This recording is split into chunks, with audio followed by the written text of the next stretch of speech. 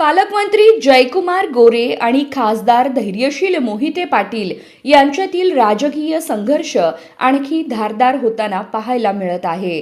जिल्हा परिषदेच्या निवडणुकीत भाजपचा सुपडा साफ करू असं म्हणणाऱ्यांचाच जनतेनं सुपडा साफ केला आहे. जिल्हा परिषदेच्या निवडणुकीत स्थापनेपासून पहिल्यांदाच ऐतिहासिक असा भाजपला विजय मिळाल्याचं गोरे यांनी म्हटलं आहे. दरम्यान खासदार धैर्यशील मोहिते पाटील यांनी जिल्हा परिषद निवडणुकीत प्रचारादरम्यान पालकमंत्री गोरे व भाजपचा सुपडा साफ करू अशी राजकीय घोषणा केली होती. त्याला पालकमंत्री गोरे यांनी प्रत्युत्तर दिलं आहे. तेव्हा आदरणीय मुख्यमंत्री देवेंद्र फडणवीस साहेबांना, आदरणीय प्रदेशाध्यक्ष आदरणीय चव्हाण साहेबांना मी दोघांनाही मनापासून धन्यवाद देईन. आणि एका शेतमजुराच्या शेतकऱ्याच्या मुलाला आणि आमचा भारतीय जनता पक्षाचा निष्ठावान कुटुंब कार्यकर्ता आहे या इंद्रजित पवारांना उपाध्यक्ष म्हणून काम करत असताना मनापासून त्या शुभेच्छा देईन आणि याचा मलाही मनापासून असेल.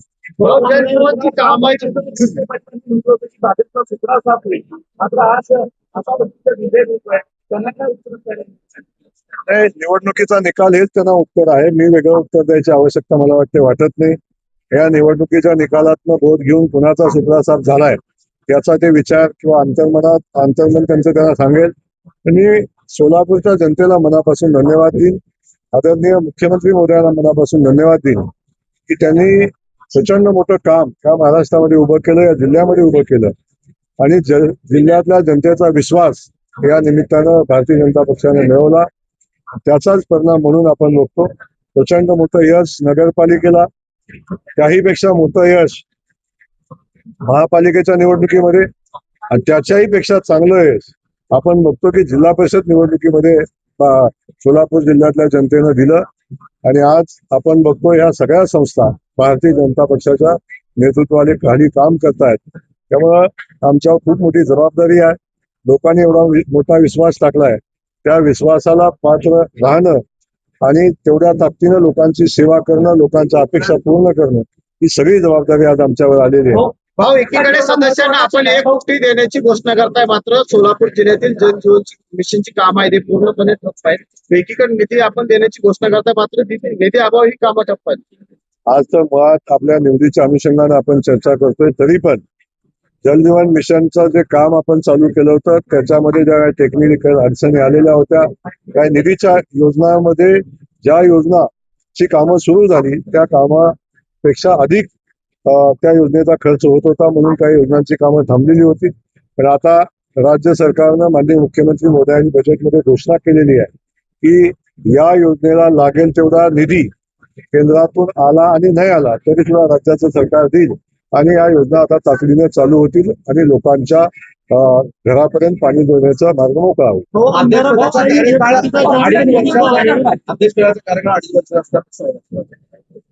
नाही, आम्ही पक्षांतर्गत विषय आहे. अध्यक्षपदाचा कार्यकाल हा 2.5 वर्षाचा असतो. 2.5 वर्षामध्ये किती लोकांना संधी द्यावी हा पक्षाचा अधिकार आहे. त्यामुळं फॉर्म्युला काय आहे हा विषय पक्षांतर्गत विषय आहे. परंतु मी आपल्याला सांगेन की 2.5 वर्षाचा कालखंड आहे आणि काही फॉर्म्युले पक्षांतर्गत असतात. काही लोकांना संधी द्यायची असते, पक्षांना सोबत असणाऱ्या सगळ्या लोकांना संधी मिळाली पाहिजे अशी काही भावना असते. त्या अनुषंगाने पक्ष काय निर्णय घेईल. आमदारांपेक्षाही 1 कोटीचा जास्त निधी आपण त्याच्यामध्ये कुठली शंका घ्यायचं कारणच नाही. कारण आम्हाला 5 वर्षामध्ये जिल्हा परिषद सदस्याच्या मतदारसंघामध्ये 21 कोटीचं काम करायचं आहे आणि कायम चॅलेंज घेऊन काम करायला आम्हाला आवडतं, मलाही आवडतं. त्यामुळे ते चॅलेंज आमच्या समोर आहे आणि नक्की प्रत्येक जिल्हा परिषद सदस्याच्या मतदारसंघामध्ये 21 कोटीचं काम करण्याचा प्रयत्न करू आणि लोकांना दिलेलं आश्वासन आम्ही पूर्ण करू. जिल्ह्यामध्ये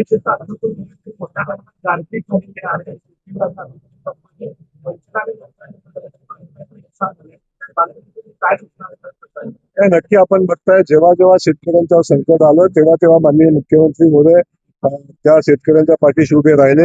अतिवृष्टी आली, आपण पाहिलं असेल की अतिवृष्टीमध्ये प्रचंड मोठं संकट लोकांच्यावर आलं. त्या अतिवृष्टीमध्ये ज्या लोकांचं नुकसान झालं त्या सगळ्या लोकांना न्याय देण्याची भूमिका, त्यांचं नुकसान भरपाई देण्याची भूमिका सरकारने घेतली होती आणि त्या जवळजवळ 80-90% लोकांना नुकसान भरपाई मिळालेले. काही छोटे मोठे विषय राहिलेत आताही गारपीट झालेलं आहे. प्रशासनाला त्या संदर्भातल्या सूचना आपण दिलेल्या आहेत की गारपिटीचे पंचनामे आपण करा आणि नक्की ज्या शेतकऱ्यांचं नुकसान झालंय त्याला मदत करण्याची भूमिका सरकारची असेल.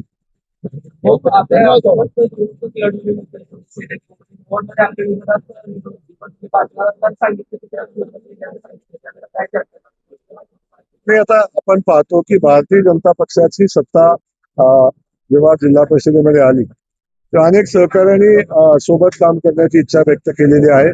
शेवटी निवडणूक आता होऊन गेलेली आहे. तेव्हा निवडणुकीनंतर शेवटी जिल्ह्याच्या लोकांचा विकास झाला पाहिजे, जनतेची कामं झाली पाहिजे.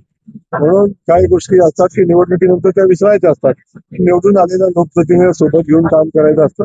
त्या अनुषंगानं जे आमच्या सोबत येतील त्याला सोबत घेऊन आम्ही त्याला मदत करायचं काम करू. पक्षासाठी हा जो आहे तो महत्वाचा क्षण होता. पक्षाचा एक उपाध्यक्ष झालेला पक्षाचा आपल्या पक्षाच्या आपल्याला जे आहे ते तर समाधान मला एक समजत नाही आपण एवढ्या चांगल्या कार्यक्रमाच्या वेळी आपण या गोष्टी बोलता. आपल्याला माहिती आहे अधिवेशन चालू आहे आणि अधिवेशन चालू असताना आदरणीय समाधान अवतारे यांच्यावर तालिका अध्यक्ष पदाची जबाबदारी आहे. आदरणीय बापू आता सोबत आता मनीष बऱ्यापैकी बघतात, मनीष इथं आहेत आणि मला वाटतं सगळेच आमदार आम्ही इथं सचिन दादा आहेत, मी आहे, बाकी आमचे आजी माझे सगळे पदाधिकारी आहेत आणि त्यामुळं आता विनाकारण कुठल्या विषयाशी चर्चा होणं मला अपेक्षित नाही. पण ठीक आहे, तो तुमचा अधिकार आहे, तुम्ही बोलत राहा.